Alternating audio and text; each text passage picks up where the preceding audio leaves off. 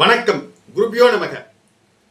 நான் ஜோதிடர் குடந்தை சிவா, திருப்பூரில் இருந்து.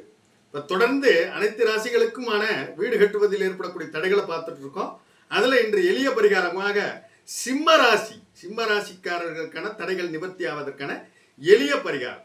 அதாவது என்னன்னு கேட்டீங்கன்னா, சிம்ம ராசிக்காரர்கள் பக்கத்தில் இருக்கக்கூடிய அம்மன் ஆலயம், எந்த அம்மன் ஆலயமாக வேணாலும் இருக்கலாம். அதுக்கு எந்த விதமான ரூலிங்கும் கிடையாது.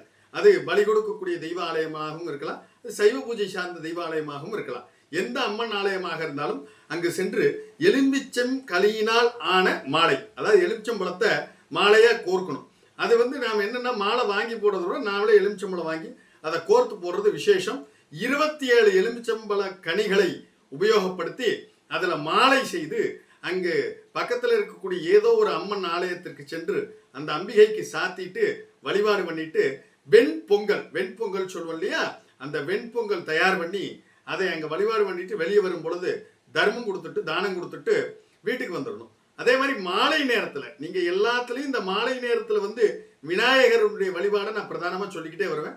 அரச மரத்துக்கு அடியில் இருக்கக்கூடிய விநாயகருக்கு வழிபாடு பண்ணிட்டு அங்கே இருக்கக்கூடிய அரச மரத்துக்கு பக்கத்தில் எறும்புகளுக்கு பச்சரிசி வெள்ளம் தானம் பண்ற மாதிரி போட்டுட்டு வந்தோம் அப்படின்னா இந்த சிம்ம ராசிக்காரர்களுக்கு வீடு வாங்குவதில் ஏற்படக்கூடிய தடைகள் நிவர்த்தியாகும். முயற்சி பண்ணி பாருங்க, கண்டிப்பாக நல்ல பலன்கள் கிடைக்கும்.